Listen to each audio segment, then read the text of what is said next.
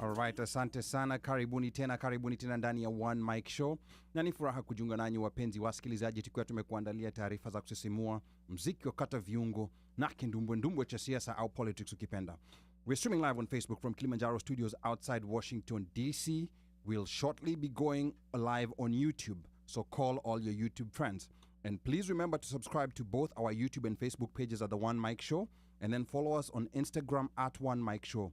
We're also taking live calls tonight at 202-683-4570 and press *5 to speak. So save that number.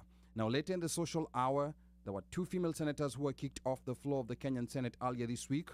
Senator Karen Nyamu was asked to leave for indecent dressing. Then Senator Gloria Oroba was also kicked out for blood stains on her pair of trousers. Now, was this gender discrimination or did the speaker merit in doing so? Want you to keep it locked to find out. Na bila kusahau, tutapokea mziki toka DJ wetu machachari mleta habari DJ OmoshFaya, na tutadunda kule viwanjani na Micah jezi yake nambari 7 mgongoni, akituletea habari za michezo. So moja kwa moja toka Kilimanjaro Studios, ni mimi mtangazaji na mwanahabari wako mpendwa Ali Badawy. Kwetu wananiita mteule na wengine mniite mjukuu wa Masai, because I'm Kenyan by blood, American by design, Masai by choice. Sichagui, sikagui na sibagui. Karibuni. Now, let's talk politics. Now, once again, there'll be no politics this hour, but we'll be talking to the Kenyan Consul General in LA, Ambassador Thomas Kwaka Omolo, aka Big Ted. Now, Big Ted is here to talk about the upcoming LA Sevens Rugby extravaganza. He'll also be taking live questions regarding passport renewals, IDs, and other consular services, so want you to stay tuned for that. And I'm your co-host and producer, Ali Badawy. It's Friday the 17th of February, and we are coming to you live from Kilimanjaro Studios outside Washington, D.C. Please remember to subscribe to our OneMic Show YouTube channel and follow us on Instagram at OneMic Show. And on panel with me tonight is Mr. Micah. Ruth is back in studio tonight. Sports anchor Micah is also on board via Zoom, and our resident DJ OmoshFaya is live on the decks. But also not forgetting super producer, who is none other than Mubelwa Bandio. And tonight we shall get started right away as we have so much to cover.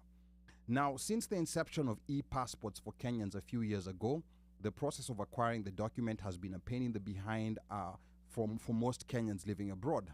Now, with the new requirements of a national ID and biometric processing, Kenyans across the U.S. are now forced to travel to Washington, D.C. to get their passports.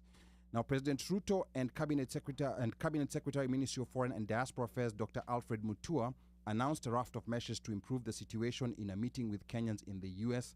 last December. Now, to help us dissect, unpack, and understand what the government is doing to address this is the Kenyan Consul General in LA, and that's Ambassador Thomas Kwaka Omolo, HSC, also popularly known as Big Ted. Now, Big Ted is a pioneer in Africa's creative economy.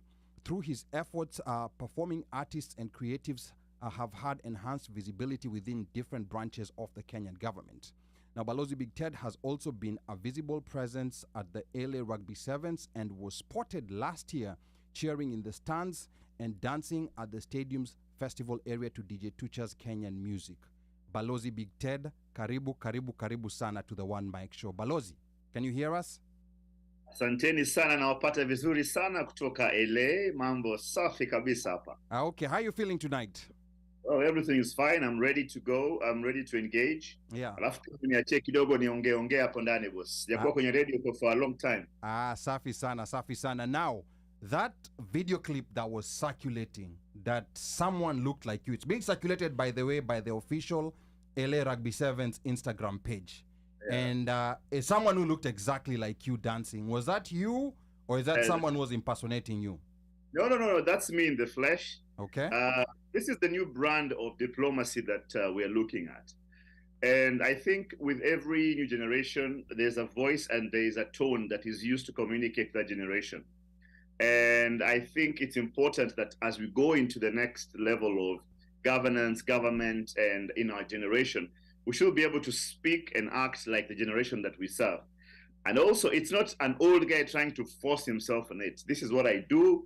I've been a cheerleader. Everybody who's watching it from the very good school that I went to, the Nairobi school, will know very well that I was the spoon. I was the Oh spoon. my He had to throw that in there. Now that's a problem right there. But but No, but I support. think, I know Yeah. because I was there. Yes, Nyinyi but watu wa Guys, nyinyi watu wa where Baringo were mwache you? story. yeah. Where were you, Ochi? Where were you when us guys were learning? Where were you reading?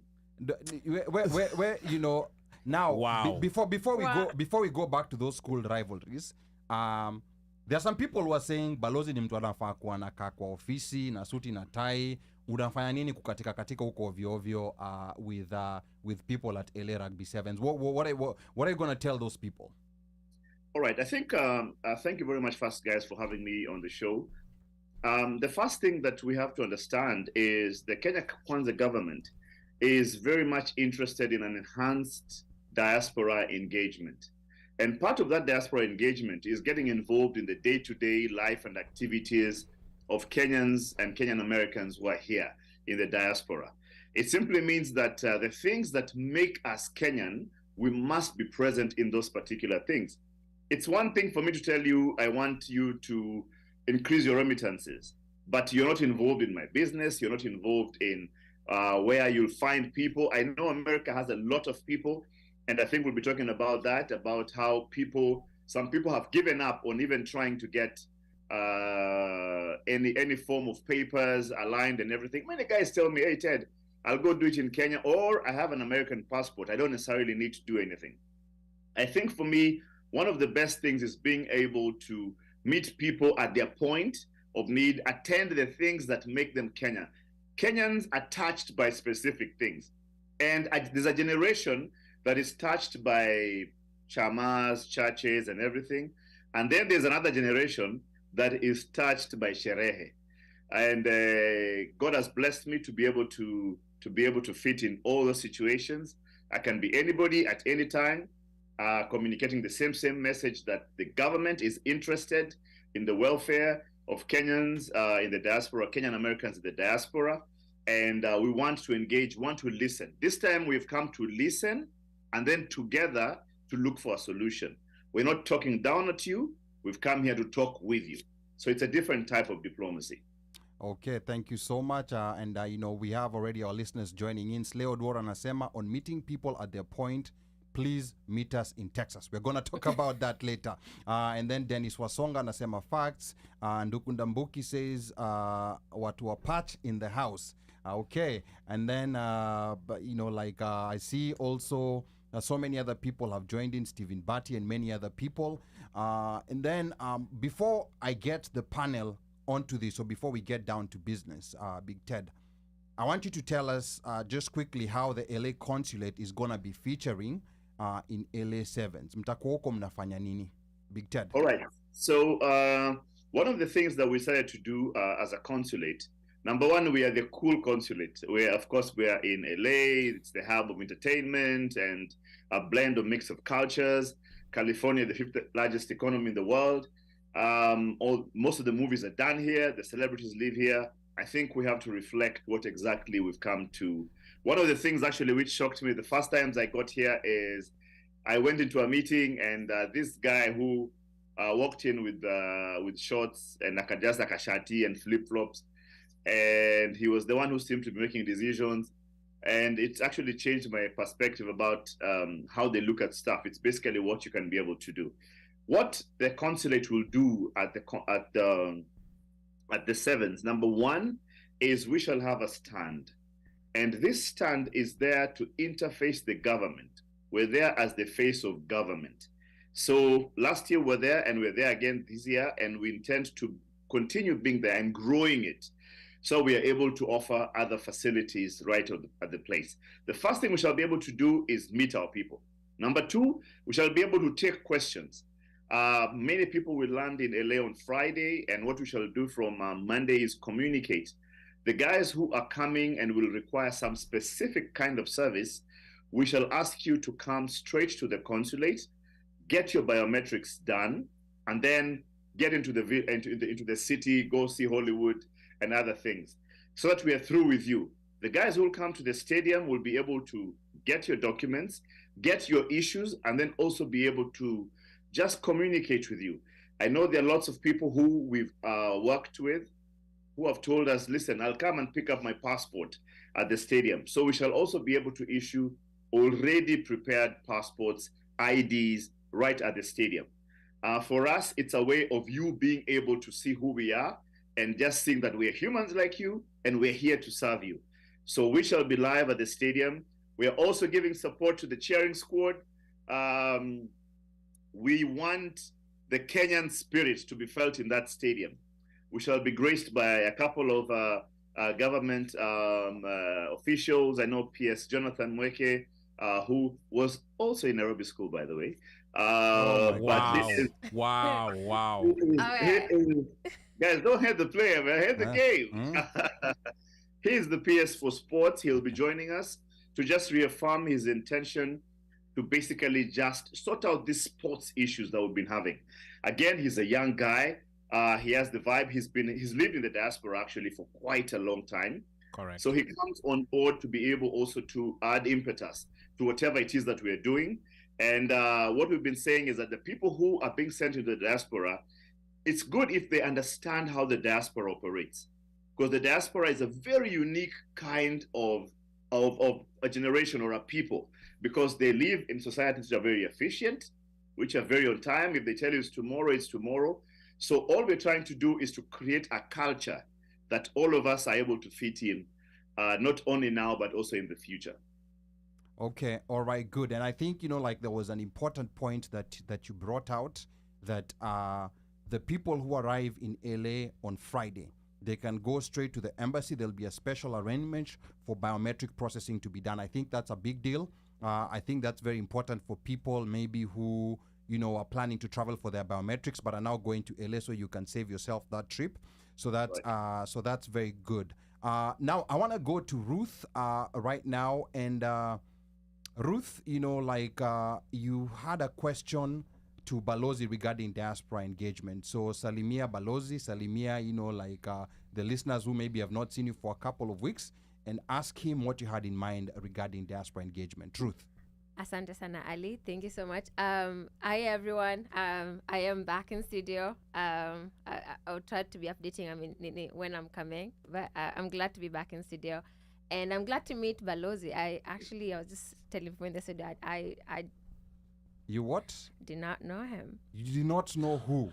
You didn't know there's a guy. You didn't know there's a guy who was big, who was called Ted, or you didn't know that there was an ambassador who was called. You did not Kwaka? know. Which one you did not, you did know? not know Ted was an ambassador. Oh, or you didn't know did that he went Ted? to Nairobi School. Maybe. So Oh, say what you did not know. Nairobi School is so far-fetched, don't even bring into the conversation. Okay. I knew of the name Big Ted. That's about it. But at least you knew about the name. The name. Okay, but that's not good. know what he did. Okay. Nothing. You didn't know whether he was a politician, a statistician, or a basket weaver. Nothing. Okay. All right. Okay. Let's But I'm go glad ahead. to meet him today. Okay. And I'm glad, I like his enthusiasm about the diaspora. And so one of the best ambassadors we've had here from Kenya, it was Balozi Odembo. Okay. That's my take. Although the embassy does say that during his time, everywhere in the world, Kenyans did say the ambassadors were the best because the policies at the time. That's why I said, what is the current policy in engaging the diaspora? Beyond going to the games and things like that, or just going to to visit them in the States. One of the things they used to have was a diaspora conference where they'll bring people together from different stakeholders from Kenya, from the US. Let me just say, from the diaspora is big. I mean, people in India in diaspora too. Yes. So let's just focus on the US market or North American market. What is the policy? And I'm going to ask directly: are you guys planning on having forums to bring us together so that we can discuss these issues? Yeah. All right. Thank you. So number one, we'll come back to the issue of you not knowing who I was. But I think I know you now. Yes, thank you. I think one of the most important things with any kind of person who's given a responsibility is their natural ability to fit into the situation or whatever it is that they're doing. And that's why everybody is very, very different. And that's the best thing about diplomacy. I mean, I go for events for other diplomats, and there's this very loud guy in the room, and then there's a very quiet guy. So various people brings various strengths to the table. For this particular dispensation, one of the most important things that we have been tasked to do is to engage. That is something we've been told, that you're not been sent to that country to just go sit in a hotel or in a room or in your office or in the house and just enjoy some wine and just hobnob with the top people. You've been sent to go there and engage. Why engage? Because the people who are there are your constituents, and those are the guys that you need to be there for. Number two, the creativity of the person who's given the responsibility is also very, very important. For example, you'd have people who can very, very easily put together. I'm an events guy. I'm an events guy for the last 20 years. And I've been able to put together stuff in whatever level, from the presidential level to a very, very low level. So events are my thing. Speaking is my thing. I've been paid to talk for the longest time. So when I'm given those kind of engagements, it's nothing. I've worked on radio for 5 years and on TV and the creative economy. So if you put me there, it's like a fish in the water. I'm able to shine. So there's really no particular way that you're meant to engage, apart from you must engage. You must be able to do it. One of the things that happened when I came to LA, and I asked people, what kind of balozi would you want to have? They would say a balozi who's involved in our day-to-day life. So for example, every week I leave the office, I go visit a business run by a Kenyan, and I just hang out with them there, just to understand what is it that they go through. So this week I was with my friend who's a mechanic here in LA. He's a Kenyan guy called Dan. And I just hung out in his place, you know, and in the midst of everything, get to know what does he think, what's his perspective, not only of the country, but also of the situations of Kenyans here. When you get to engage with people, you actually get to understand the hustler and understand this hustler, what is he really after? You know, I might be pushing an agenda for you, but you don't really like it. What you want is something totally different. By me being able to engage with people, I've understood the fears that people have. I've understood the hopes that people have. I've understood the dreams that guys have. Now, what will happen is when I come back to the office, is call together my team and now say, can we plan an event? Can we plan an engagement where we are able to meet our people here? For example, I understand about the whole issue of people coming all the way to get their passports and biometrics and everything, and I'm sure it's coming up in one of the questions. And I'll tell you what the president decided, and he told us at the beginning of the year. But what if we could be able to do what we've tried doing a couple of times and coming to you? Because America, guys are busy, guys are working. Are we able to come out into the field? Are we able to come to your town? Are we able to come to the area? Even better, can we be able to do exactly what the president said? Now, the president in DC a couple of months ago made a promise that all the 5,000 services that government holds and that government has will be digitized. It simply means one thing. It simply means that from now onwards, we are in the process of digitizing all our applications. Now, my dear, it means that you will never ever have to come to the consulate. In fact, you may never even have to come and see who's your balozi unless he comes to you, because all you'll do, you'll fill in your e-citizen at home. And for now, you know very well that we removed the requirement of you having a local phone number.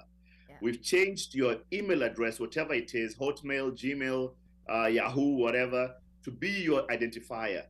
So you fill it up, and then we are in the process, and government is in the process of engaging firms in America and in the diaspora who are able to offer biometric services at their service points. For example, for the sake of just talking, if we or government makes a plan with, let's say, the US Post Office, all you need to do is fill in your form online, walk to the post office, put in your biometrics, it loads itself into the system, and we send the passport to you or your ID or whatever. Now that is a process; it's happening. Balozi, I'm gonna pause you there. I'm gonna pause you there for a second. Sorry to get in between. Because you brought it up, that issue of biometric processing, because people are already asking questions. Actually, there's someone here asking, Slay is asking, are biometrics too being digitized, meaning that you can do it online? But I think from what I'm hearing you saying, we're going to get to a point where someone living in North Dakota or Des Moines, Iowa, or Alaska can just go locally and get their biometrics done without having them travel to DC, right, to LA, or to New York. Is that correct? That's right. So the thought is this. Yeah. You cannot claim to be a digital or modern government with old solutions or old methods of working. For us to say that, it means we must take the next step, whereby we say, what is technology teaching us? What is technology saying? I saw another conversation which was on your platform about title deeds and everything and all that. Yes. Guys, technology has given us a solution for things like title deeds. All we need to do is to go on blockchain. That once you go on blockchain, any documentation that you present is actually a genuine receipt digitized online. You see, right now, the biggest problem that we have is we know that the whole world, not only Kenya, has a problem with some challenges. And the challenges are not unique to Kenya. They're unique to the whole world. We have people with fake documentations. We have people with fake passports, IDs, and also with the onset of terrorism and radicalism. We have a lot of people who may want to have a fake document to attain a particular kind of citizenship or documentation. So we are working backwards to make sure that we have all our ducks in a row. And then sooner than later, and the president made a commitment to the end of this year. He said that, and I know because in our meetings, we have pressure to deliver on this particular agenda. We've looked around what is being done here. We know about a couple of companies that are doing biometrics, and we've given the suggestion. It's working in Kenya. Now, what is a formula? A formula is anything that works. That is a formula.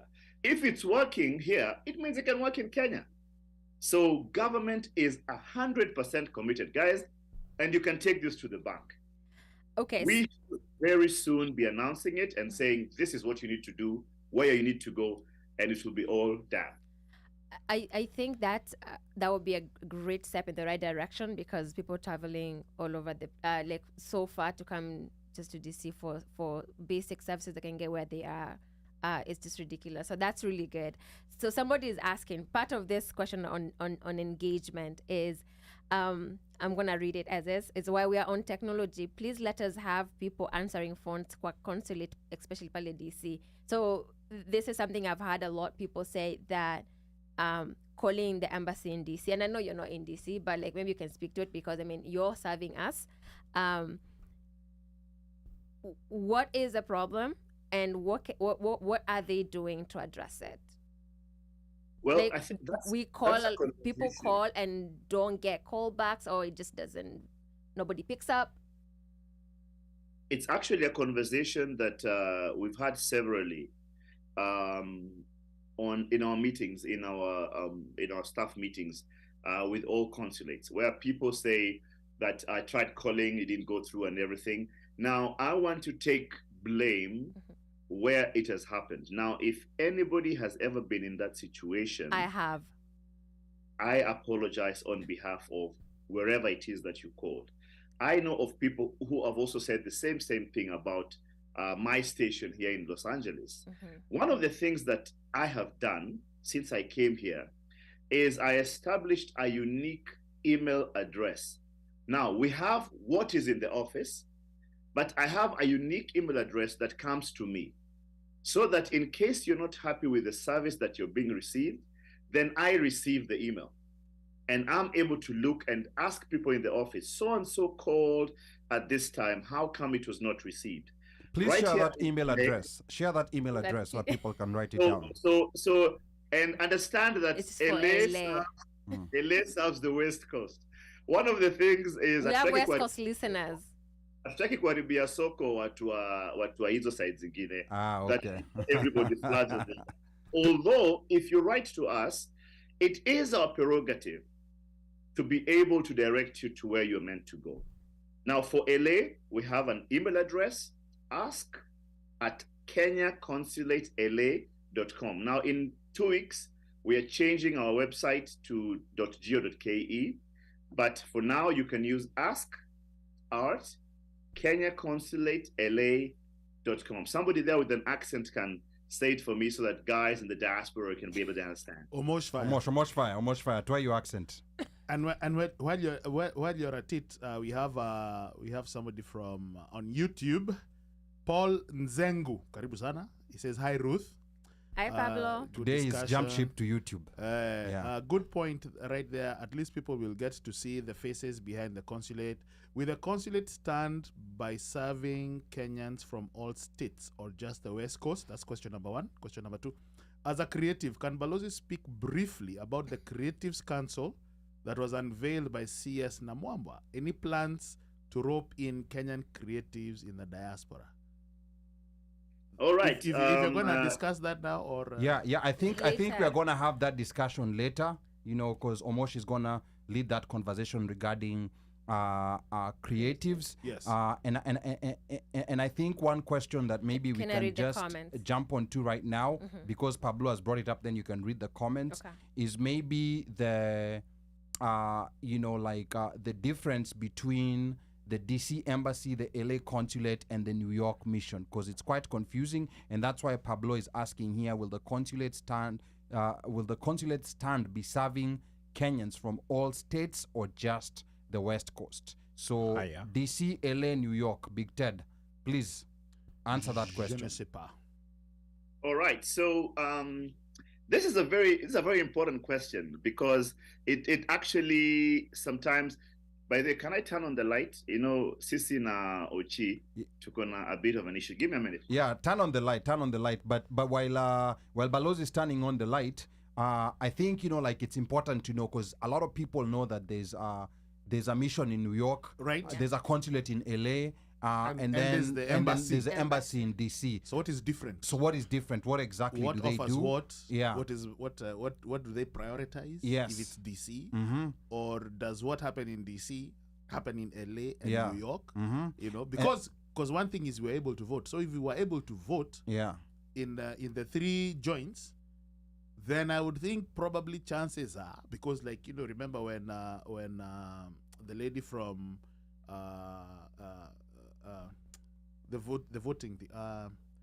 IBC, when they came and said that anything that happens, whatever happens, voting can only happen on Kenyan soil. So if voting can only happen in Kenyan soil, then I should be able to go to the LA consulate or the New York mission and get passport. Correct. And stuff. But anyway, that's just a random thought. Yeah, and then another thing also at Texas, Pia, because Texas, that's an easy place that Kenya, I think, has not taken advantage of. That's why we have most Kenyans. And I can see Pia what Houston, in a Tabitha are trying to, raise their hands, because there's a lot of focus on Dallas when it comes to Texas. Yet there's also a very big population in Houston. But also, I think wasn't there a time when the embassy had gone to Dallas, and they, I think, had been there for a week, and they were offering services like, I think, ID, passport. So but let's go back to Balozi. We just want to get lights sasa tunamwona vizuri. Maji ya huku inafanya mtu anaanza kuwa light. No, umekuwa light skinned. Yeah, we noticed that. I was about to ask you. I was about to ask you if you've used some products, but I think ni maji ya huko LA. So what's the difference between these 3 different missions in DC, in LA, and in New York? Big Ted. All right, so it's a good question, because everybody usually asks, okay, what's the difference? So every country can only accredit one station as an embassy. All right?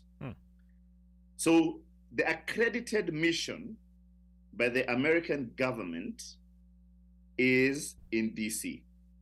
So what does that mean? It means that if the American government wants to speak to Kenya, they can speak to the accredited office.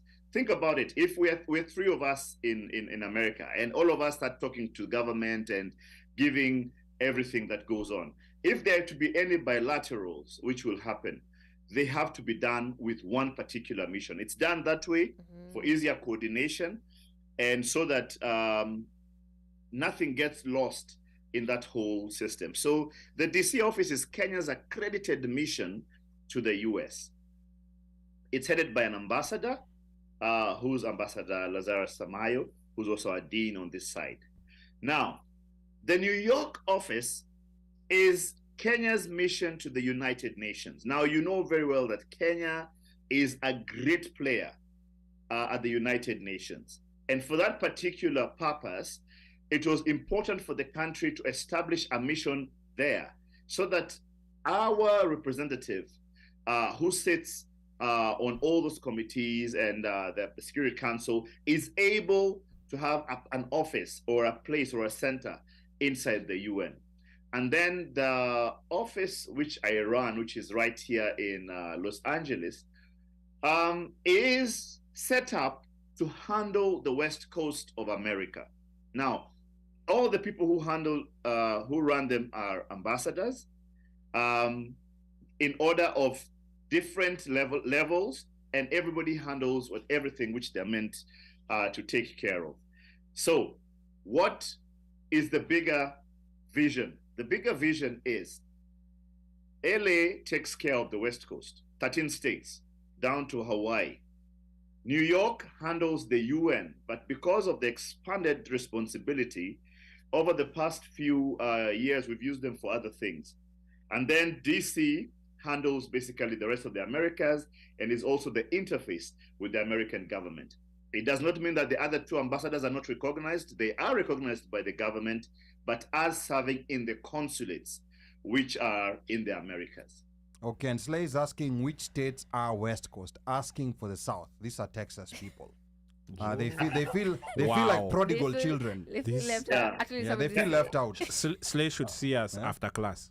Guys, mimi nimekuja huku juzi, so but I can tell by you. the Texas, Mexico. No, That's what they're saying in the comments. half of Texas is actually under our jurisdiction. Half But of think of Texas. it- What is half of Think of it- Texas? What do you mean half of Texas? Well, guys, I can only tell you what is on my map. Okay, sawa. But very soon I'm going to be there. Remember, Okay. I've just been here a few months. Okay. But the idea is this: government is borderless. If you are a citizen of Kenya, if you're a Kenyan citizen, even if you're a Kenyan American citizen, government, regardless of wherever you are, you have a right to be served by government. If you come here, we will not tell you you're from this place, we can't serve you. That one I don't think is right. You pay our salaries, you pay taxes, you help Kenya with remittances. It is your right to be served in any government office as long as you're in that territory. Okay. All right. I think Now, Pablo has been question. answered. Eh? yeah, now before we go back to the comments, I just want to remind the listeners who are tuned in that you're tuned into the interview hour of the OneMic Show. I'm your co-host and producer, Ali Badawy. We are talking to the Kenyan Consul General in LA, Ambassador Thomas Kwakwa, aka Big Ted. I know some people are not familiar with that name, Ambassador Thomas Kwakwa, and then there's an HSC after the name. We're going to find out what that HSC is later on.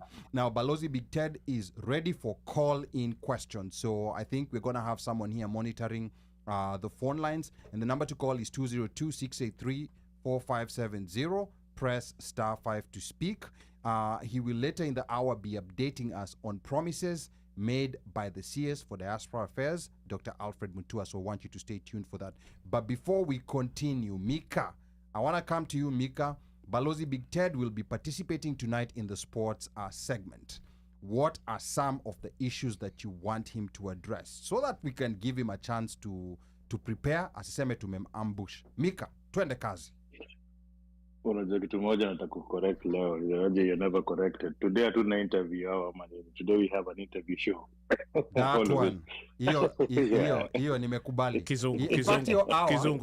Yeah, hiyo hour I think hiyo terminology tutai. I mean unajua kizungu mazee vile. Unajua kuja na yeah. Okay, sawa Mika. Sasa mwambie Big Ted, like there's certain questions about sports that you have. Just give him just brief hints so that he can mentally prepare, asiseme tumemambush because anafanya kazi kwa serikali sasa. Micah.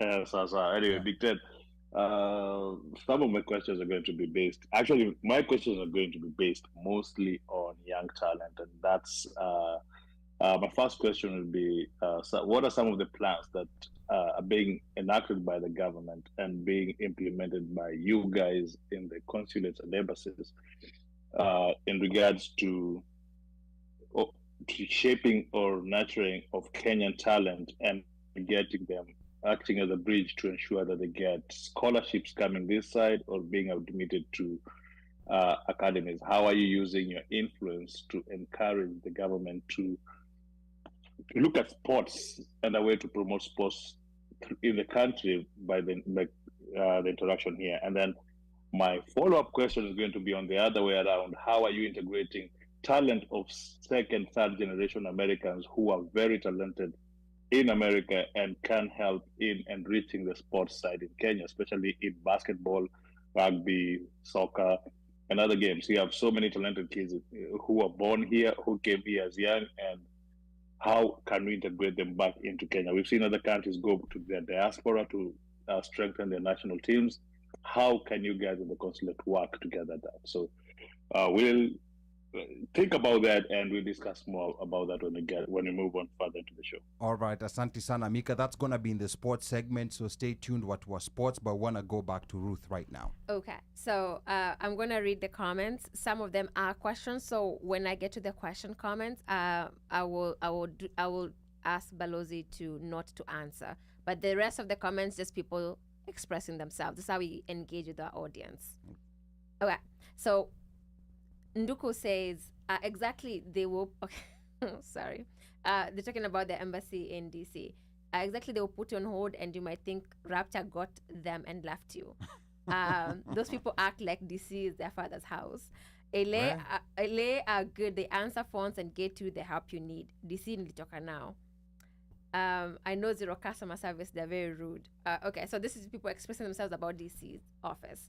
Me too, terrible customer service. Please share the email address. So note that you did share the email address. Omosh is not supposed to repeat it in the accent. Yes, we're gonna post that email address in the comments, and people can send emails. Na si ati mnasalimiana ama mnamuliza ka yuko single. You email with questions.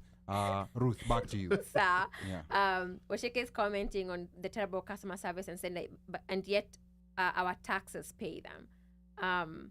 Easy comment, Haki. Okay. Question for you, Balozi. Can we also share some of the West Coast innovation or conveniences across the other consulates? Yani standardization. Then Dennis Wasonga says exactly the embassies or consulates stroke mission should not be operating as silos. Tabitha asks, is Texas considered West Coast? We sit most likely on the most likely west on the map. Mimo asks, why not just create a team to handle the customer service to serve North America, especially when it comes to passport stroke ID services? So that's a question for you. Tabitha, good question. Mika says, Texas ni West Mexico. Then good point. Okay.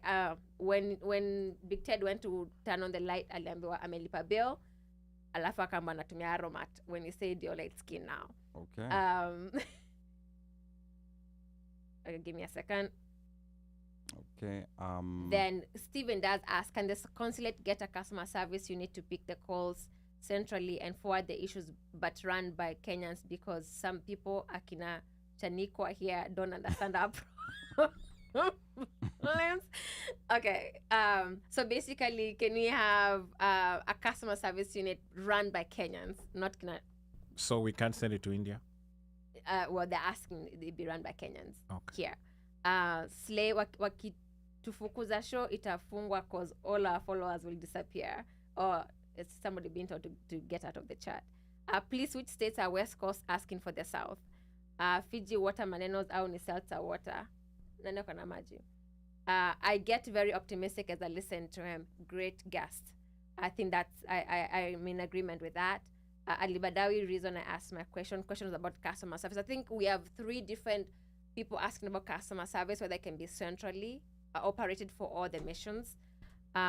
David said, na sisi watu wa Midwest bana simtusot Chicago bana.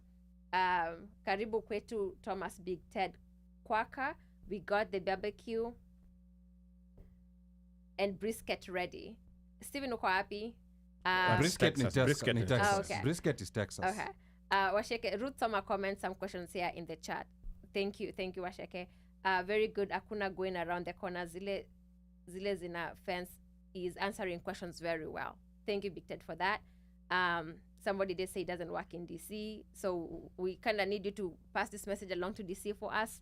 I'm excited because it's someone we can relate to, not the typical dinosaur politician appointee with no idea on how to engage. Oh my word. People in the West Coast, it's all Kenyans. What is the time frame for passport renewal? Okay, all right. And then I'm just going to add 2 quick comments that are coming on the YouTube side. Because kuna watu wa YouTube, Pablo to explain kwa nini leo umehepa Facebook ukaenda YouTube. I don't know whether there's something going on. But Pablo Yeah, and then you know, like Tyrone Motif is on YouTube. Karibu sana. He's just showing us some eyes, telling us that he's watching us. So asante sana. And then there's Maureen Muburi. Maureen Muburi says, what steps are being taken to digitize ID application? Why is that option not available online right now? And then also another comment coming from Lucy on YouTube. Can the consulate consider getting a paying copy print machine instead of going to make prints outside and giving out dollars elsewhere? And for some of us that don't know the cities, getting lost. So 2 quick questions here. There's a question about digitizing IDs, and there's a question about... Which was answered. Digitizing passports. I don't know about... digitizing the process. process. Digitizing was answered. Digitizing is everything. Okay, sawa. Then the question Lucy has about getting a copying machine in the embassy where people can pay. I mean, Lucy's nice. Me, I would have asked, like just a free copier. I mean, we're Kenyans. We are paying remittances. We are paying taxes. But Lucy's nice. Ali. Yeah. And I think also hiyo kitu ya remittances. Yeah. Wacha kutushika kwa shingo. Tumelipa. But it's true. Yeah. And I want to speak for this station. It is true about that whole aspect. So you see, this is how government operates. Government operates with the policy that the leadership comes in with. This particular president he does not want many stories. His ask is very simple. Are you doing it or not? If you're doing it, when?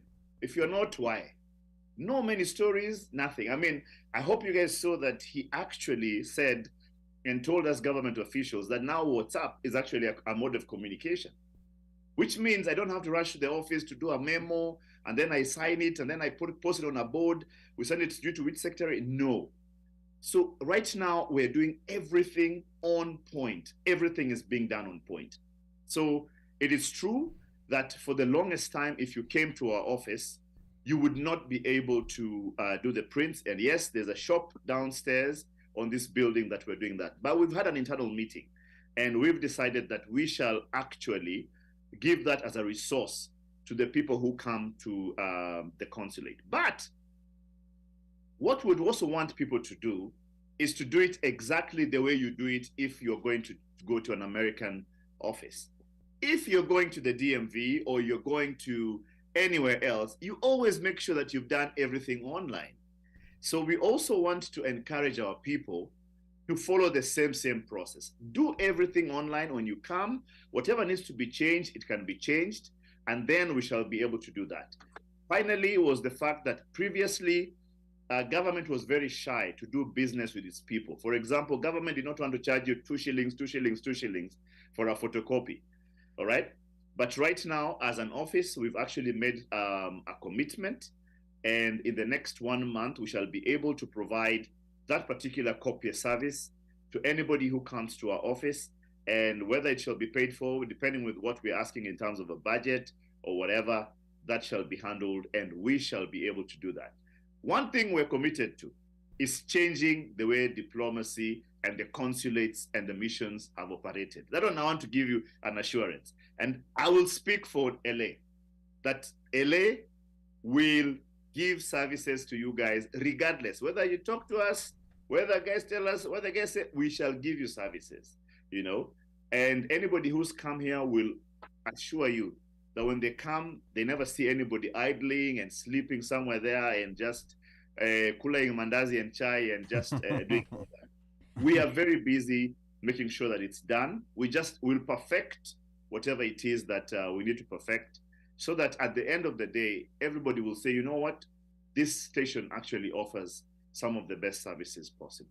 Okay, asante sana, Big Ted. You know, a few other comments that are coming in. The question was asked about the customer service. About customer service. What was the question again? I had it. We had it. And the issue of customer service, I think, is something that the minister has spoke about a couple of times. I think government is coming up with a way that, so remember we have 5,000 services, which government owns. And one of the suggestions has always been that even if we set up a call center in Kenya, that is actually employment for the youth in Kenya. Yes, correct. And they'll be able to speak in the language that in the accent that you need to understand, and they'll be able to handle those things. So those are things that were presented, and the president said, listen, next time I meet with you guys, I don't want to hear suggestions. I want to hear you said that it was sorted out. So I would be hard-pressed to give a commitment on the timeline, but I want to assure you that that came up in terms of its delivery. And also, somebody asked about the timeline for this documentation.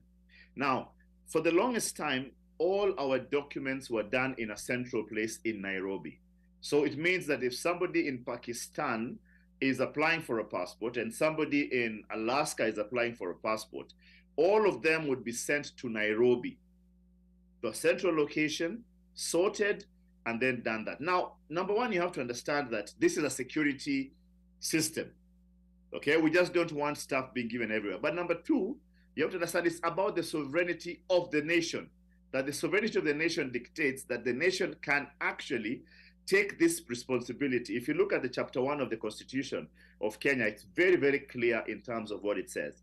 That having been said, if it's been done anywhere in the world, it means it can still be done for Kenya. So what we are doing right now is that we are talking to developers, we are talking to tech companies around America and the world, so that we are able to deploy the latest technology, even if it's for printing. We don't have to go all the way to Kenya. It can be printed here. So that's the raft of proposal that the president has instructed. And I know the minister is on it to make sure that all these things are done. Very soon we shall give you guys utaratibu na saa ya kusema ya kwamba ukiapply passport utaipata labda kwa siku 3, siku 5, siku 6. I remember we were in Seattle with the minister, and the minister even gave a suggestion and said, why not have an express lane where I can send, let's say, $100, and I'm sure that in 1 week I'll get my passport. So all that we shall be issued. I'm sure the minister will be giving a policy direction very soon, and he'll say now, from now onwards, this is what needs to happen. Now, some of these things, because they're enshrined in the Constitution, have to go through Parliament.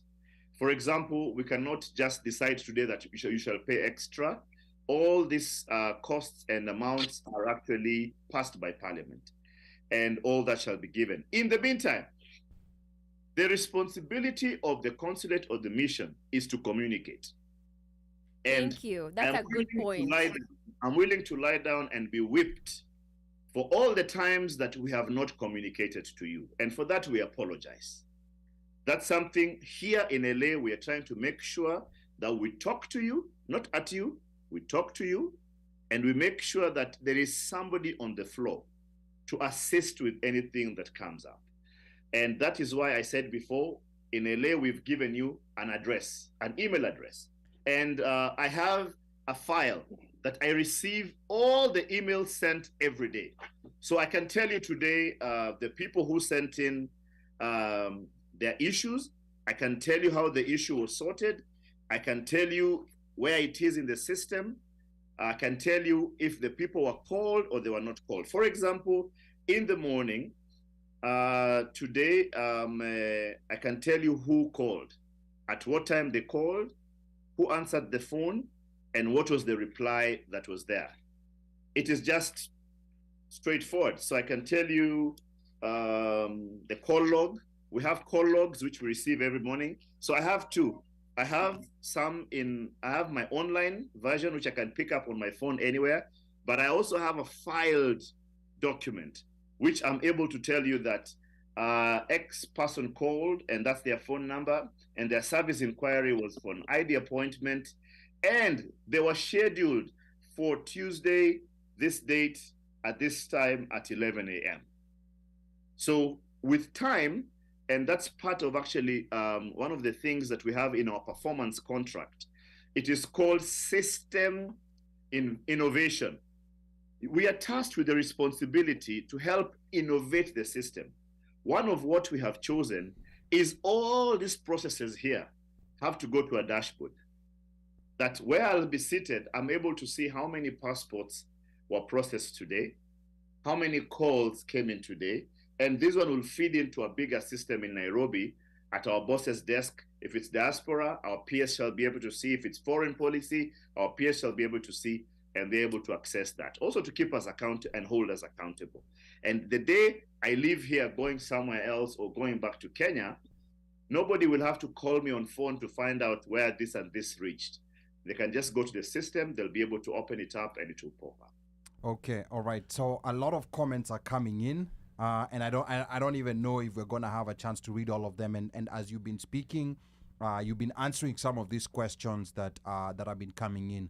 But there's one hostile one coming from Esther Mulusa. She says, I'm sorry to say that the speaker is a populist and apologist for Kenyan incompetent embassies abroad. So that's just an opinion there. Wow. By the way, Ali, it's okay. Yeah. You know, one of the things that I have learned is to accept everybody's opinion and perspective as the truth that they live in. Yes. It is true that there are things that we have messed up. That one, let's not lie. It's true. But we are trying to correct the system. And if she's able to say, Ted, this is the problem. The problem is 1, 2, 3, 4, 5. For example, from this call, I've picked up two things that need probably to be speeded up, or we need to communicate to you immediately. One is customer service. So next week, when you hear that we've changed customer service, you'll say, you know what? This happened. When I got here 7 months ago, the biggest problem was, Ted, why should I have a local number to get on eCitizen? Guys, we changed it in 3 months. The PS announced it 2 months ago. So it means we are listening and we are changing. So apology is not a bad thing. It's a good thing. Bad service should not be repeated or should not be entertained.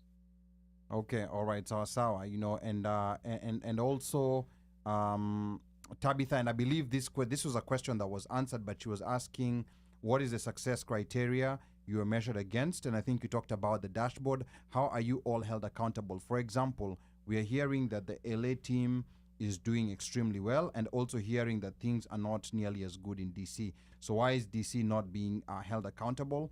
I'm genuinely curious about your success criteria and accountability measures for you and your peers. So real quick, just dakika moja, just say a word or two to Tabitha. Tabitha, I'm not able to speak on behalf of DC. What I'll do actually, I'll give Ali the ambassador's number and we can schedule for it. That's what we were looking for. Yeah. So that he comes on board. Yes. And by the way, something else we've been told by our bosses in Nairobi is we must face the giants and the elephants in our room. No hiding, no running away. Where I come from, we say ongeringo. Okay, all right. Yeah, and then there was another issue that came up a while back because, and I will say it right here, and it's not a competition or anything, but we for a while have been trying to get, the DC ambassadors on the show. It's not been an easy thing. And there was a time when we were told that the only people who are allowed to speak to media are the ambassadors. So is that true? Like, for example, if the ambassador cannot come, can the deputy come? Or like if the deputy, or if it's a specialized thing, like it's an immigration issue, can the immigration officer come on media and talk, or is that issue of that the only people who can speak to the media in our missions are the ambassadors? So reveal that for us, Big Ted. I think every organization has people who are tasked with the responsibility of carrying the agenda of the particular place. So yes, it's true that for government, there are specific officers who are meant to carry that particular information. Not to say that nobody else can be able to help, but for matters of public communication, there are those officers who are tasked with that particular one. Okay. But we are living in an open system. And guys, understand one thing. You see, that was working when there was no social media. Right now, social media is everywhere. I can't lie to you. If nobody is here, nobody is here. You can take a picture or go live in our office. So we'll have to change even the way we used to operate, even as a government, and you have to change even the way you operate as a person. Okay. All right. Now, there was actually a clip that we wanted to play. Some of the questions that the CS brought have already been answered. I don't know whether you have the clip, Mike.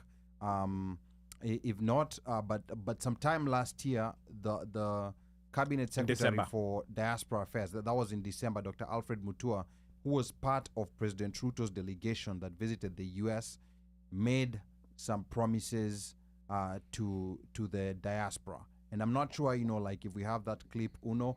If not, we're going to play it later, like no worries. I mean, I think some of the promises included stuff like, like those local biometric servicing, where you will not be forced to travel to other states. And then there was also the issue of like digitizing, like things like IDs and other services, and also expediting, because I've seen the question come from EVE Karanja here asking, like how long, like the process takes for the passport.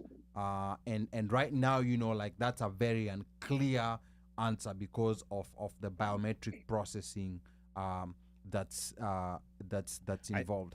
I think once you've done the biometrics, it takes about like 6 to 8 weeks. 6 to 8 weeks. Yeah, once you finish the biometrics. Okay. Unless that number has come down. All right. All right. Ruth, you wanted to add something? I think one of the questions I had on the video was, or solutions I had on the video was, they'll provide lawyers, surveyors, people will go verify these things that people can be scammed on. So, or you're talking about investments. That was one of the ones. That was one of the things that Dr. Alfred Mutua talked about. Right? Yeah. Was that they were going to have those sorts of services, for people in the diaspora. They can reach into for recourse. So we can go in, and there'd be, I guess, for lack of a better word, an investment desk or a desk where you can actually go. You can go in, and the president actually even talked about it and said there was I think there was a site that he talked about. I forget the name of the site that you could actually go there. Boma. No, that's bomayangu.go.k. Right? That's something. Yes, if you wanted if I want to buy at home, buy a house that's investing in the affordable housing program. Correct, and that's a government program, and everything is vetted through the government and so on and so forth. So like now, if I don't want to invest from that perspective, then I would go a different direction, right? Yeah. So, are you talking about the low-income housing that the government? No. I think what Ruth, Ruth is talking about. Micah, I'll come to you, but I think what Ruth is talking about is what Cabinet Secretary Moses Kuria was talking about, whereby there's gonna be like trade representation here, and he even mentioned that there are gonna be like 7 warehouses across America, where if you wanna like sell products from Kenya, there's a place, like where they'll be brought, and then they're sold to Amazon. You can go register as a broker or whatever, and have your wares there and stuff. Actually, let me jump in. Let me jump in. So the model is this way. The model is an investment center. An investment center is like a Huduma center for business. That if you walk in, and in the Americas, they actually have theirs here. That if you walk in, you're actually able to be taken around all the processes under one roof. And that is at a very, very high level, level of development. And the idea will be for business people who want to do business with Kenya, for example, you want to bring in some product or you want to take it out. Once you walk in there, you should be able to walk out with your solution and not have any of that. But also something that the lady had asked before, which I never touched on, was the issue of, are we planning to offer different services and advices to various people? And I think I did not talk about that. One of the things that I've done on my research is finding out what are the things that people want to hear. Do people want to hear about investments? Now, various people want different investments. I've met people who want to buy land in Kenya, and we have a lot of land companies coming in. Even next week, we have a couple of land companies coming in. People want to invest in T-bills, in shares, you know, and they're saying, okay, why do I have to go to a broker? Instead, I can go straight to the bank. Maybe the central bank to be the one to buy for me this. I remember I was talking to my friend Aki, and we're having that kind of conversation. So what the intention of government this time is to focus and to give attention to the small issues that you guys have raised over time and have never been taken care of. So we're hearing you and we're creating solutions. You'll very soon hear the Minister for Trade give his direction on the trading centers. Our team just left DC, where we've been having bilaterals with America on setting up of this particular trading houses. I know we also had a meeting here in LA about the same thing. And then very soon you'll see the wheel starting to roll. All right, asante sana Balozi, and I want to remind the listeners that you tuned into the interview hour of the OneMic Show, or the interview show. And, we're running out of time, but I'm your co-host and producer, Ali Badawy. We are talking to Kenya Consul General in LA, Ambassador Thomas Kwaka, a.k.a. Big Ted. Balozi Big Ted is ready for call-in questions. I don't know if there was anyone who's been calling in. The number is 202-683-4570. Press *5 to speak. He will later, in the sports hour, be talking in the sports not hour in the sports segment. He's gonna be talking to us. He's gonna be talking to Micah. So stay tuned for that. But before we continue, Mike, I wanna come to you real quick for you to please remind us what we have in store for the social segment tonight, because we still have a social segment. Yes, we do. Ideally, so there was a lady there were two ladies who were kicked out because of inappropriate dressing. But one was going through what we termed as, or we saw as, she was going through her cycle. Yeah. You know, and, you know, she, of course, amejitetea, we know what's going on. But the question now becomes... And another one was for indecent dressing. For indecent dressing. Yeah. So we don't know what the house, the laws, the standing orders. The standing orders are. Yeah. Atuzijui. But they came through, they were kicked out. Yeah. You know, eventually, well, actually, the lady had been told, you go, change and come back. Then come back. Yeah. So it wasn't that she was kicked. Well, she was just told to go and go change. She was asked and to come leave. back. She was asked to leave the chamber and then come back. Politely asked to leave. To go change Both of and them, come back. both of them were told to do that. Actually. Okay. Yes. So and I think you had posed the question earlier. You know, do we were brainstorming with Bandio, and sometimes we were thinking we were trying to process why is it that sometimes it takes certain dramatic measures to sort of get a certain topic discussed for discussion, because we know that, you know, women do go through their periods. But why is it that sometimes some places, in Western Kenya, we hear stories people using feathers, we hear people of using cowhide skins and stuff. Yeah. But why is it not being tabled? Or sitting on sand. Or sitting on sand. Yeah, and in that social segment, we're also gonna have a special guest in the discussion, and she's also gonna be of the female persuasion. So we're gonna have a balanced conversation. Yeah. It's not only gonna be Ruth. Ruth atakuwa peke yake leo. No, I'm not alone. I bought guns. Yeah, there's fire. So that's gonna be in the social segment. So I want you to You stay mean a tuned. knife to a gunfight? Yes. No, sorry, but we're together. We're together. Yeah, I want you all to stay tuned. So that's gonna be in the social segment. Now we wanna turn the conversation to go to the talk about creatives in Kenya. But before that, you know, just some quick questions here coming in late. Where leo comments watu wamekasirika. You know, like people are bringing in all kinds of questions. I see Fab Githinji here. Fab Githinji, karibu sana. Fab Githinji is asking Balozi, do you have anything in effect for those diasporans creating employment in Kenya, and what's there to encourage us? It's been a hell of an experience. And then I think Washeke is saying incentives are offered to foreign investors, but not Kenyans. So Balozi Big Ted, please talk to this. Anti-decadence. Ali, can I put some meat on that swali from Fab? Yes, Micah, because it's basically I was coming back to what Ruth had said, that some of the promises that Waziri had made when he was in Seattle. But I think, Victor, the question is that when it comes to matters remittance, we have been known to send money home to do various stuff in personal care, taking care of personal businesses like family. But again, another thing that most of the people here right now, especially I think I'll be speaking by people most of my age right now, we are thinking about retirement, we're thinking about investments. And some people here do not see themselves retiring here. They see themselves retiring back home, and they start making investments. Other than just seeing like my investing is a way of me giving back to my country. Now, one of the things that we suffer as diasporans is, number one, protection of our investment. What's that to protect? Most people will tell you, nilienda Kenya, nikagongwa na nikarudi. Like they don't even want to hear anything about Kenya. They're done with Kenya. Like you tell them anything about Kenya, they're like, no.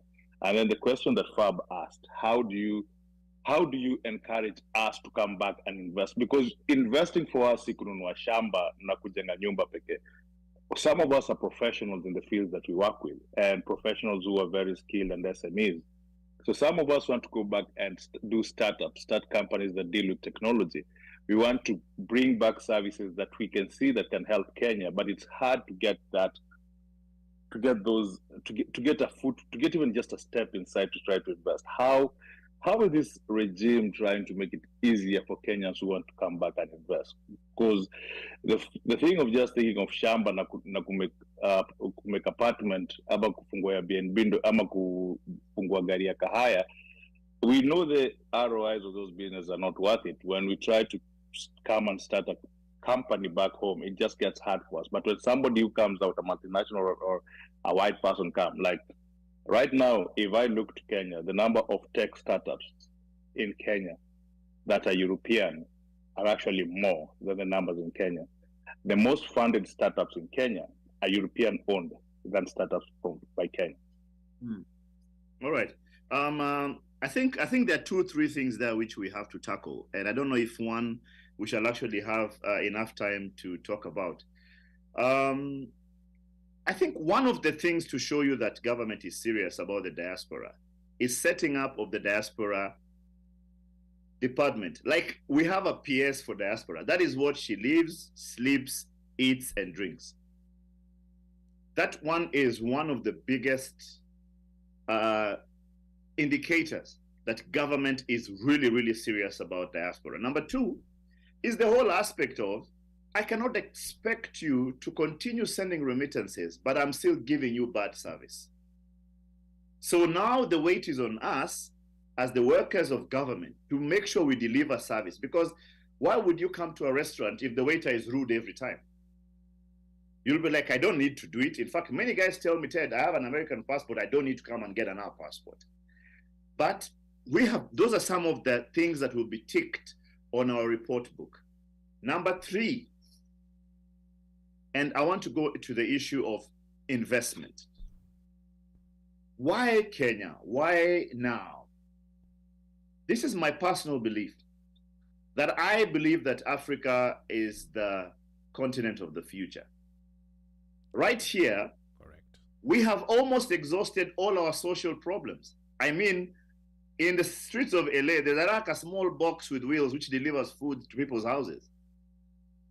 I mean, you can send a guy to the supermarket, you'll never ever see him. They'll bring for you exactly what you want.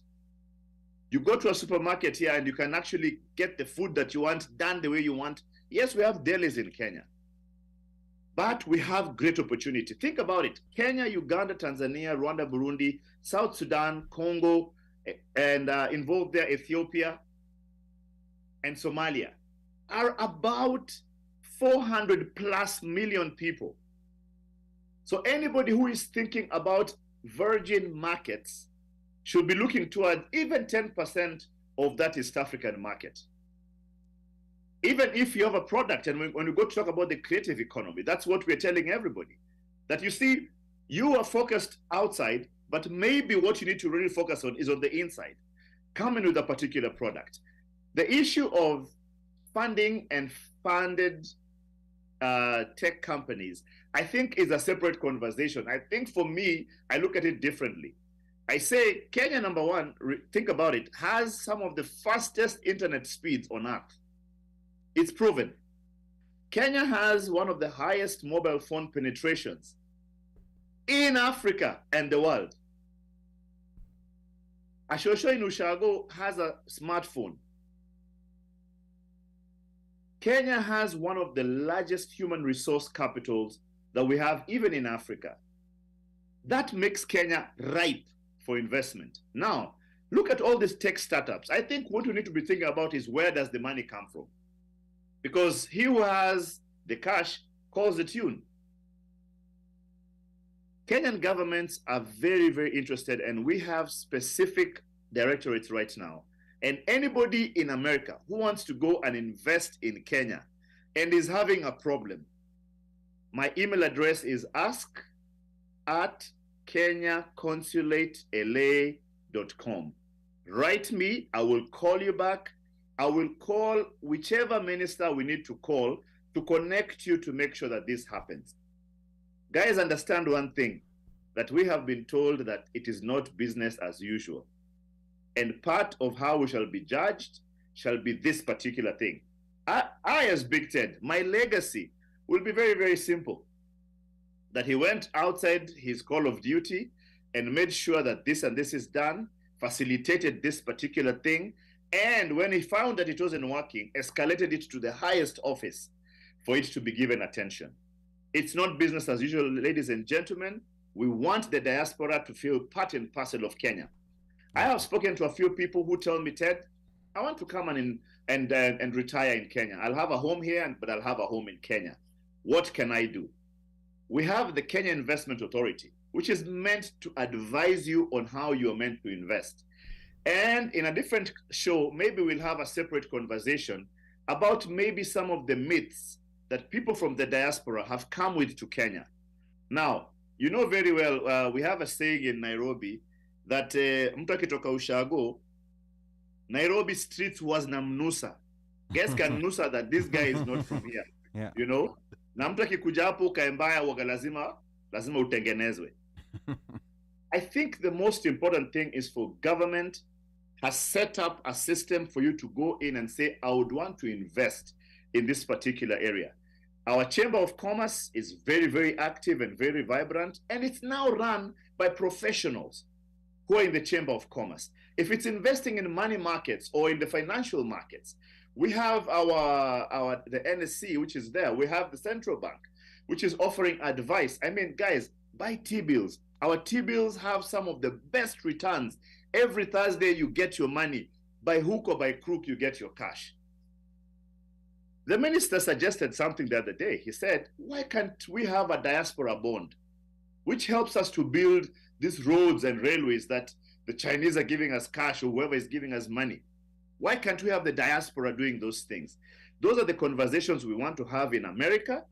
We want to pitch these things to you guys and help you guys be part of the bigger picture in Kenya. And when you drive from Nairobi to Mombasa on a 6-lane highway, you know that the diaspora born from America or from the diaspora built that road. Guys, I'm just simply conveying the message of the Kenya Kwanza Manifesto and the President of Kenya. That is what he wants to see. At the end of the day, he has told us, listen, kama hii kazi hawezi, wacha. But pressure is being given to us to deliver and to deliver on time. Okay. Now, you know, we're really running out of time. I know Ruth has something she wants to say real quick for a minute, and then we're going to come to OmoshFaya. Yeah, ngoja, we're going to come to OmoshFaya on the creatives because we're really running out of time. Ruth, real quick, dakika moja. Okay. So I think there's a ton of goodwill to Big Ted, and the vision is articulating here for the diaspora, that the government has for the diaspora. I think the biggest question on the comments is this will this information be relayed to the DC office? Otherwise, people will all start going to LA for services. So that's just a comment that people are asking. Okay, Ted Dakamoja for that, and then we go to the creative. But I think we need to give the DC office also benefit to be able to come on the show and answer for themselves. I think can you ask them for us to come? I've promised and given a commitment that I would want this particular show to actually be able also to have them on the table for them to articulate. But I also want to promise you guys that I'm going to seek permission of my boss, who's the PS for Diaspora, to also appear on this show, and for her to also be able to give your commitment from the highest level on this. And who knows, maybe even the president or the minister. Wow, thank you. Okay, now, as we segue here, Omosh has a question regarding Kenyan creatives in the US. DJ Omosh, kazi kwako. Big Ted Sema. So swali yangu ni rahisi sana. So I'm just basically asking, how do creatives in the US break into the Kenyan market? All right. So I hope you're asking that question by virtue of me being a major player in the creative economy in Kenya. Bas. That's the hat you're wearing right now. Yeah. Promoter. I've played in that scene for the last 28 years. And I've seen everything. I've seen when Hollywood was considered to be the mecca of every big dream. I've seen Kenyans in Kenya who have made it big, and I've seen Kenyans who have come out here and not made it. I think what we have to do as a country, and I like what the minister just did, is to have a government that is intentionally committed to that particular thing. And guys, everybody will say, oh, it's PR, he's just talking, it's whatever. Guys, the intentionality of a process is what I'm leveraging on, nothing else. Everything else, we can throw it to the wind. But the intentionality of the president to actually appoint a CS, and then the CS to appoint a team that is meant to lead a particular process, for me speaks to what we want to do. And also the team they're players in the particular field.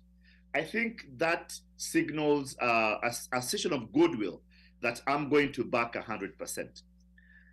I made a list of Kenyans in the creative economy who are here in the States. And guys, I'm amazed by the number of people and talent that we have right here. We have people in every sector. I mean, we have people in tech. You know, we have people working at, designing the car, programming the cars at Tesla. And we have people who are working, developing important infrastructure that is used in the whole of America, but is not known. So one of the things that I was tasked to do by the minister is to try and create a database of Kenyans in specific areas that we are able to leverage on. For example, do you know that some of the people who are working on great movies in Hollywood are actually Kenyans?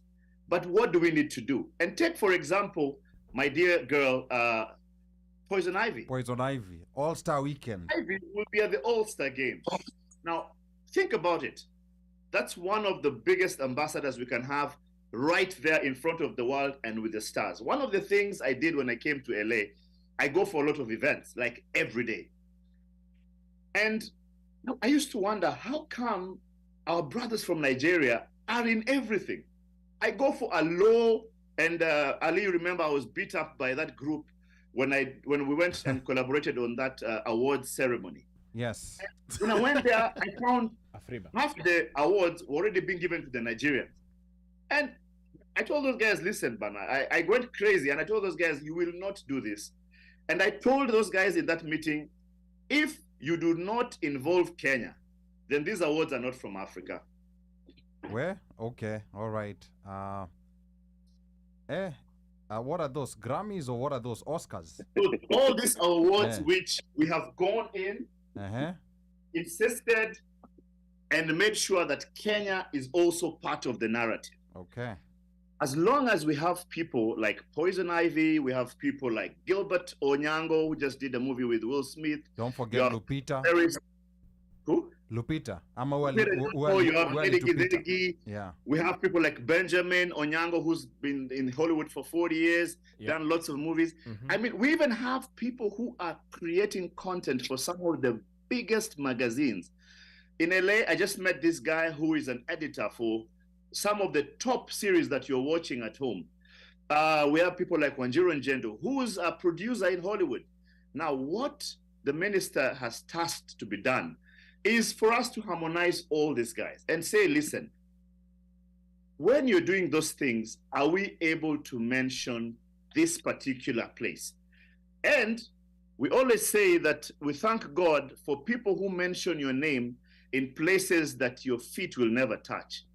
I think it's time for us to recognize the creatives in the diaspora, give them their place at the table, and allow them to be our first line ambassadors. Guys, I think that will change the narrative.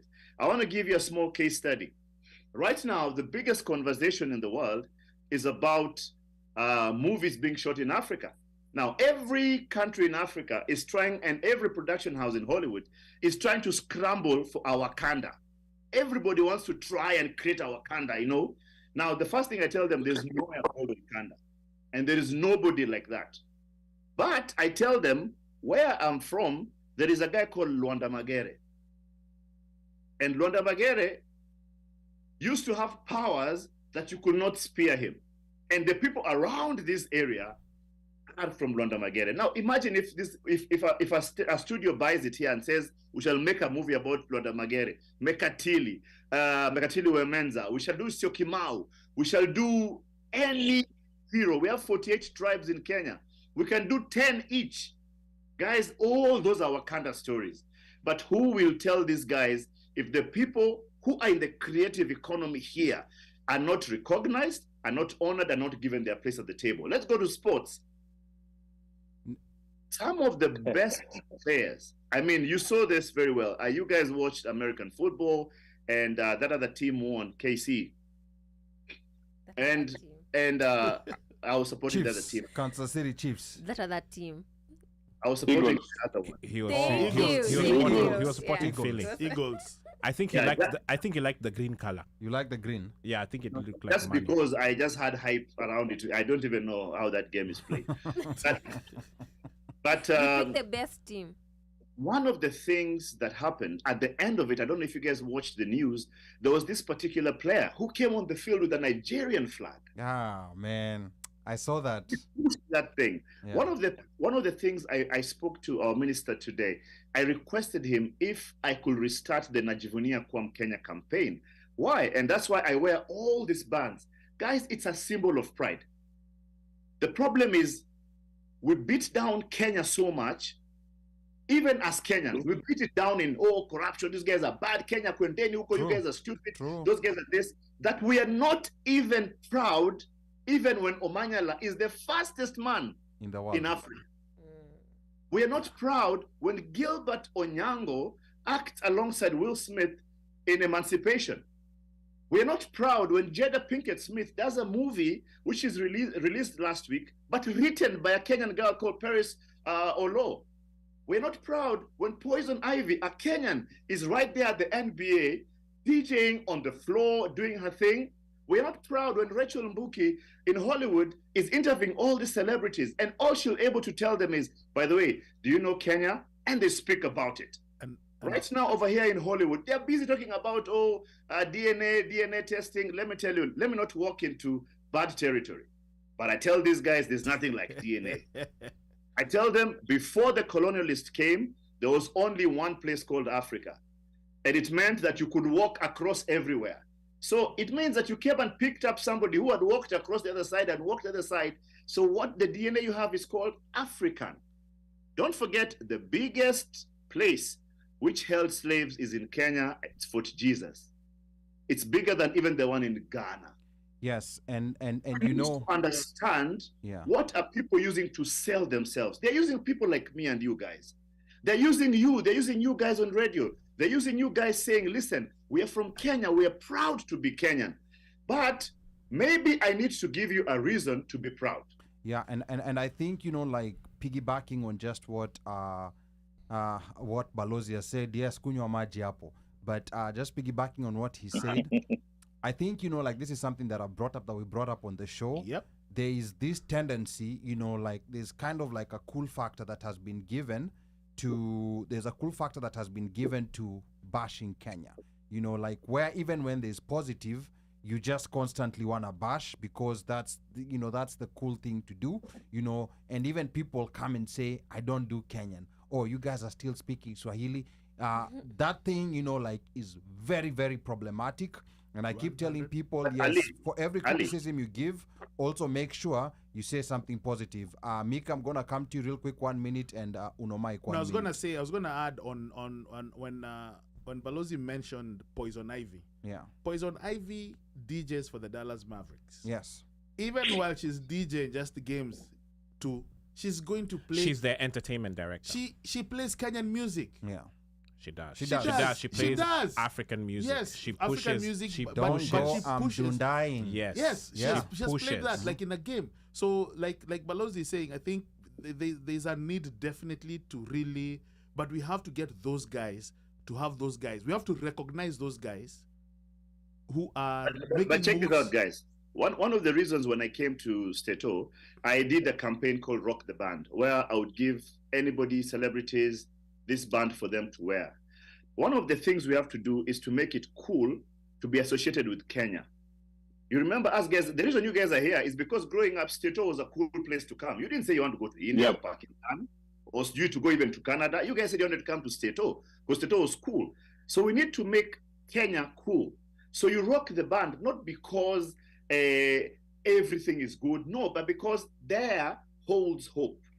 But also remember the issue of language came because we were taught and we were told bad things about ourselves, that we started to hate ourselves. People came here and refused to be Kenyan, refused to be associated with Kenya because we were told stuff about ourselves. Now, I speak Swahili. I wear kitenges, by the way, or when I'm here, not because I don't have any three-piece suits. And guys tell me, hey, that's not official. I go like, even what you're wearing is not official. That's an Italian suit. It doesn't mean that it makes it real. It just means that whatever you give value is valuable. The value is in whatever you give. Finally, remember, at the stadium, our theme song shall be Kuna Kuna. Watch everybody in the stadium do that dance immediately we show them. That's Kenyan. That's just loving it. My heart, So when guys do that thing, everybody will be like, teach me this thing, teach me this thing. And we'll be like, listen, it's Kenyan. The reason why we are loved at all these rugby events is because, and I'm in the committee, I can tell you, I meet the organizers like almost, I would talk every week, is because of the vibe. They say Kenyans come in their thousands and they bring the vibe, yani sherehe. Vibes. So we're proud to be Kenyan. Okay. All right. Micah, 1 minute. I just want to say that I agree with a lot of what Victor is saying. Lee, you remember sometime in 2001 in a room at Clubhouse, Saturday afternoon, a conversation about why East African music is not strong as West African music. And Don Jazzy and Mr. Sido in that room. And Don Jazzy said that the one thing that made Nigerian music grow was the diaspora, nothing else. Okay. Without the diaspora playing the music, they will not have growth. Okay. So the same thing to what Big Ted is saying right now. If we want to transcend that border, we need to be able to sell Kenya. We need to be able to be breathing, talking, doing everything Kenya.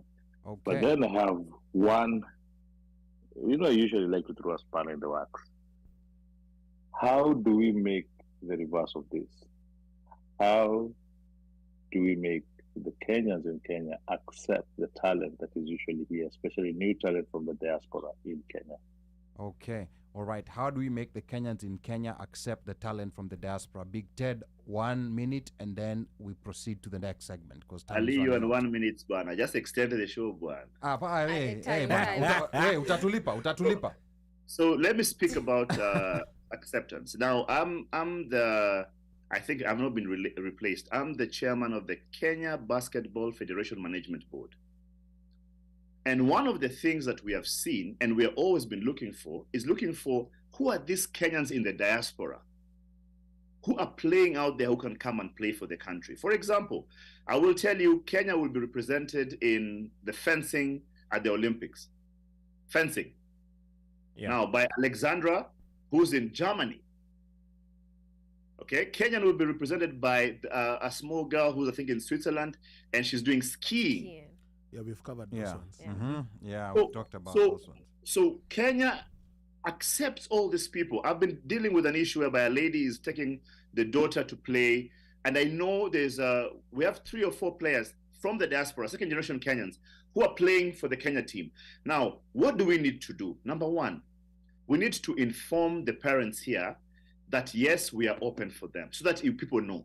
Because if people don't know, then there's no use of actually doing it. But number two is we need to manage expectations, but provide for whatever is required. Many of these people who come to play, my friend Ronnie Gundox, who's been playing here, but now he's playing in Spain. He plays for the Kenya basketball team. Valbuza, who's here, who's playing here. All these guys tell me one thing, Ted, whatever it is I'm being paid as an allowance is probably what I spend in one day in America. But I'm doing it for the love of the game. And you will hear this personally coming out of the PS for Sports this particular week, that government is dedicated to try and make it worth the while of the players in this particular dispensation. I know the past one tried. We may not be at the very top, but we also have to try and provide just the basics that they require. So rooting out corruption, rooting out kujuana, I must know someone's kid or someone's uncle for me to be in the team. And then just being able to provide that. The South Sudanese team, which plays basketball at AfroBaskets in Africa, has a big portion of people coming from America. So yes, we are able to offer all these guys an opportunity. The door is open.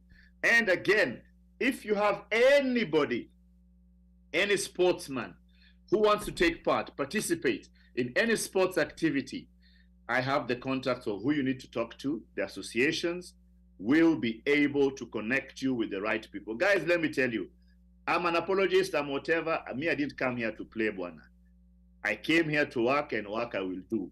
Anybody who needs help, you just holler at me, ask at the KenyaConsulatela.com. Listen, let's make history, Bana. Let's make history. Okay, let's make history. Okay, That Ruth, sounds Ruth like- has a quick comment. Sounds like he wants to say to understudy. I Yeah. know. Hashtag. To understudy. Louis Simuya says, I can help in identifying Kenyan basketballers in the U.S. Okay, all right. So we're By the going to way, connect Louis you to Muya, Louis yeah. Muya. Louis, just reach out to Balozi. Yeah, and I also want to remind the listeners that you're tuned in to the interview show of the OneMic Show, and I am your host and producer, Ali Badawy. We are talking to Kenyan Consul General in LA, Ambassador Thomas Kwaka, aka Big Ted. And we will be having our first hit or miss segment later tonight, so stay tuned for that. But before we continue, Omosh, please give us a hint of what we have lined up for the hit or miss segment tonight, real quick. As per usual, we have new tracks from big names. We also have new tracks from small names. But the whole point of it is that we are playing KE. Okay. We play KE in this, and if anything, if we stretch, we go to East Africa. But in this case, tonight, it's going to be play KE. So stay tuned. You might hear something that you like from an artist that you don't know. And might the Balozi be participating in that hit or miss segment? In fact, he's the one who needs to tell us if it's a yes or a no. I wish we had even curated this earlier. We would have had him pick the songs. Okay, he actually did. You know, like now you're calling me out. There's a song he sent to me. Sijakutumia. Time ilikuwa ni mbaya. But anyway, hiyo ni kesi ya baadaye. We want to swiftly move on to sports. And I know Micah had 2 or 3 questions that he wants to address with you, Balozi. And then we're gonna, you know, like swiftly just get into the hit or miss segment. Remember, we have a social segment. Uno, quickly remind us, what are we talking about in the social segment? We shall be discussing what happened and transpired in the house about women, about inappropriate dressing. But I think there is a deeper underlying issue that we need to discuss that was brought up. Okay. Micah, real quick, summarize your questions to Big Ted as a sports. Alafu, we're gonna pick it up from there. Micah. Okay, thank you, Ali. I think his last answer that he say to my question about talent, he had his answer was actually based on one of my questions, which was I was going to ask if there is a way in which the government was working on bridging and taking the talent here back home, and I think he has answered and said that if you're a parent and you have a talented kid involved in any sport, you can send him an email. He will channel you to the right people to help with that. But I think I also wanted to just add on to that, Big Ted. I know, yes, it's easy. It is for them to. Do you think it will also be beneficial if there was a way in which the government would facilitate like scouts or coaches to be able to come and also try to come in search of talent here instead of depending on because not everybody might be listening to this show. Not everybody might hear that call or that you are the one you can help them with that. Do you think it would be good if the government could be able to try to facilitate a way in how to be able to reach out and search for these talents? Yep, I think what I've seen is, so I speak about basketball because that's what I ran for. Sure. Yep. Is that the coaches who coach the national teams have their feelers on the ground and they get to know which player is playing where in college or semi-pro or pro. And then because also of the network, we're able to understand what is the particular thing that we're looking for. Is he a good mover? Is he swift? Does he have the agility or the experience? Because sometimes also what we require is experience, that somebody has played with the big boys and is able to come onto the game and play properly. So that's very, very important in terms of that. But also we need to sound off various people. For example, I know this girl in DC who now is playing for the Kenya national team, women's basketball team, girls basketball team. And it was just a sounding off whereby the father used to play actually for the Kenya team and the brother plays for other teams. But it's a sounding off of you saying, by the way, there's this particular person who's playing here. And if we build this network, tutajuana, it's the same way I can always ask you, DJ Mgani Mnoma in Boston, utaniambia, DJ ni wanne, ule na ule na ule, those are the guys who are there. So I think the more we keep on talking and the more we're able to have communication and open channels of communication, we're able to see this and we can recommend them as we go along. Okay, thank you very much. My other question now, this one goes back to Kenya is a land of very talented young sports people. We saw somebody like Diego who picked up a sport that Kenya was not known for, and he went to the Olympics with it. We had Masai cricketers. Our Kenya cricket team is actually one of the most renowned teams in the world. Soccer, Kenya knew it football because it's soccer, football, rugby. Now, do we have a plan within the government or within you in how to continue enhancing that talent? Because we have a lot of waste of talent in Kenya, which usually ends up in either being wasted by somebody turning into crime or drugs, or B, sports they go to, they have to look for life. And in that end up they start working. Now, I know back in the day, we had a lot of Kenyans who came to the States because of sports scholarship. There was some kind of program between the two governments that allowed that. Is there any plan on reviving things like that? We have sports academies which look for talents here in America. We have two Kenyans who are playing the MLS who came from a sports academy system. Is there a plan of the government working to integrate to be able to help those talents back home that can actually get a way to build their future here? Yeah. So I'll speak for the couple which I've been involved in. I'm involved with the LA Marathon. The consulate is deep into the LA Marathon, and I know that the LA Marathon wants to be the hub or the nursery that the next big runner of the world is discovered.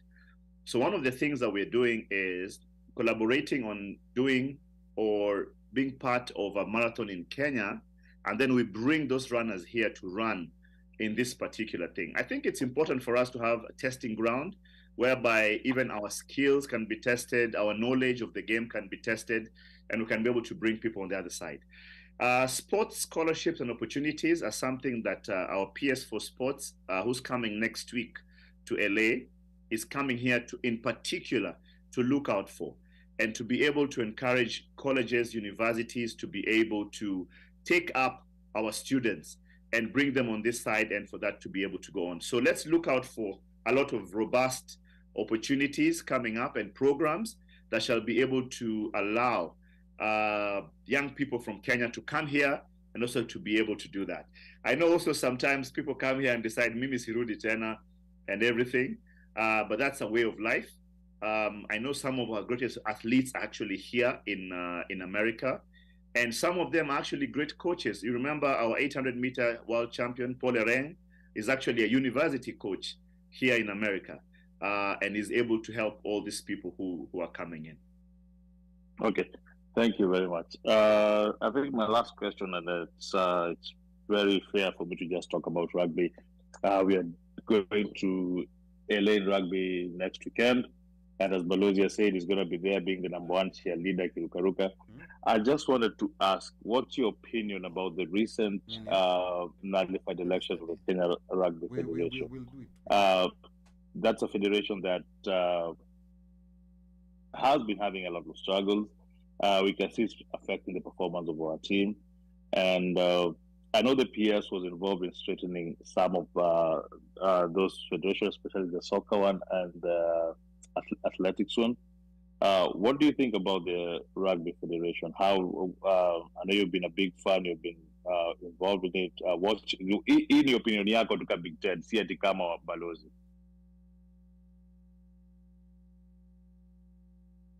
Sorry. First of all, I want to. Sorry, yes, I'd muted my mic. First of all, let me just speak to an aspect that I keep on quoting every time, and I'm a spiritual guy. I'm a believer, and one of the things I keep on quoting is a verse in the Bible which says that the heart of man is deceitful and utterly wicked. Unfortunately, that these associations or federations are run by human beings. And the problem comes in whenever human beings get involved with their personal intentions of those things. First of all, I'm not a very big fan of associations or federations being retirement benefit authority for people who used to play. So now, because you don't have anything to do, you just come. Now, if you bring your skill to the table, because also skill is built, that I accept.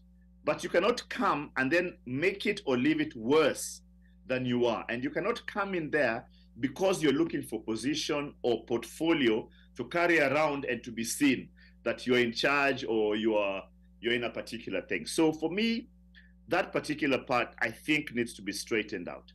I have been involved with trying to put in policies for sports association federations. And let me tell you, guys speak about cartels in Colombia and other places. I want to tell you, cartels worldwide are in sports. Why? Because of the amount of money, exposure, and personal interests that are in those things. But that is why a country like Kenya takes a step and says, you know what, we shall straighten out this thing. It may cost us now or in the future, but we shall straighten it for the purposes of where we are going to. Without diving too much, because I don't want you to bring up that particular conversation, I think it will be important for sports associations. I understand about the magnanimity of this association and it being independent, etc. But if you're going to represent a country, surely the government, who we shall all cry for, and many times we end up crying for the government for a responsibility that we have given an association and surrounded the association whenever government tries to touch. We cannot blame government for football, yet we don't want government to intervene when football is going down. You will not blame government for boxing, and yet when government wants to intervene, you want to cause fracas. So when you want help, government give us. But when you want government to police that particular thing, that we have a case. I think it's a matter of us guys being able to say, listen, government, we shall hold you responsible because we pay taxes, or as you guys say, we are doing remittances. But government also should be able to give an opportunity to go in there and set the house straight. That's my own personal perspective and opinion. All right. Thank you very much, Big Ted. Ali. Oh, Michael, what do you think?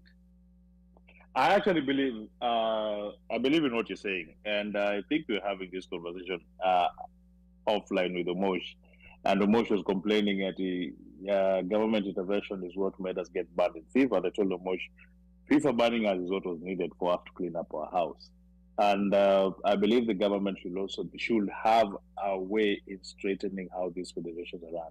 The reason they have so much rampant corruption in them is that protection that government cannot interfere. So they do things the way they want to do them, knowing that they can get away with it. I believe that everybody needs an oversight.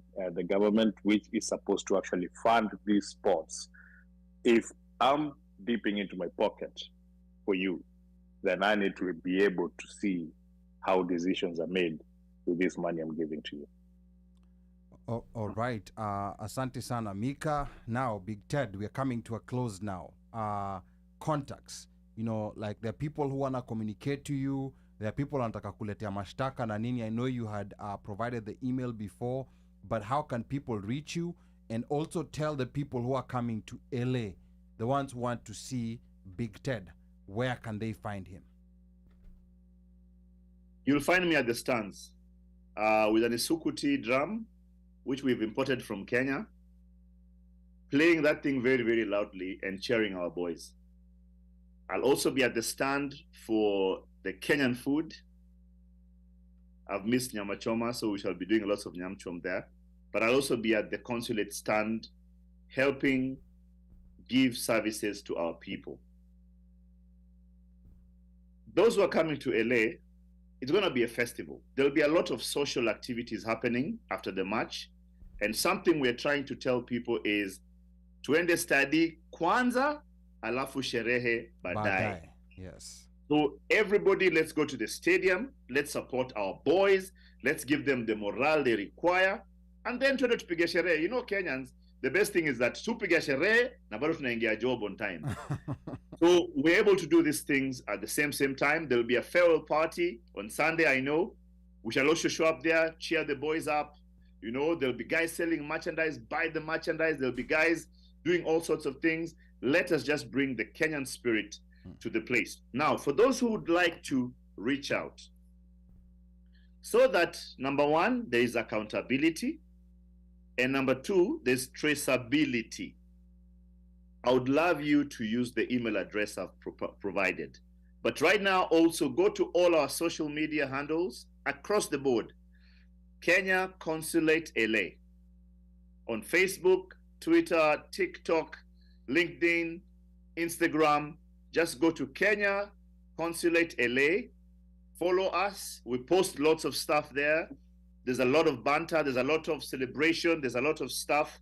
But just go in there and follow us and drop in whatever you want. You have a complaint, drop it there. We'll try and help you as the best that we can. Get our colleagues to support you. If you have a complaint, just drop it there. Kenya Consulate LA on social media, but the email address to use for any feedback is ask@kenyaconsulatela.com. For those who have an issue and would like services to be given to them, services for passports, IDs, birth certificates, etc., it's very, very clear on what you're meant to do. Number one, I want to advise you, before you even come to the store, take some time today, tomorrow, go on your eCitizen, log in. If it's a passport, just go through the process. When you come, it will only be a matter of biometrics. If it's an ID, go in, do that part, and then you come in. We shall be there to help you, but please follow the process so that also as we assist you, it's painless and as fast as possible. Right, all right. Asante sana, Balozi. Now, with that said, in fact, right at this point, this is gonna be the end for the people who are streaming on YouTube. Asanteni sana watu wa YouTube. We're still having the social segment, but with that said, this is it for now. But want you Can to I stay just say tuned. something? Sorry. Yes, go ahead. Go ahead. So for those who would want, on Friday, we are trying to make sure that we have the consulate open for biometrics, especially for those who are coming for rugby. So if there's anybody out there who is coming for rugby and would love to do their biometrics once and for all, I would request humbly that you go and take this one, immigration at kenyaconsulateLA.com. We shall be able to schedule you for Friday, and then you can quickly come in, do your biometrics, and you shall be able to go out.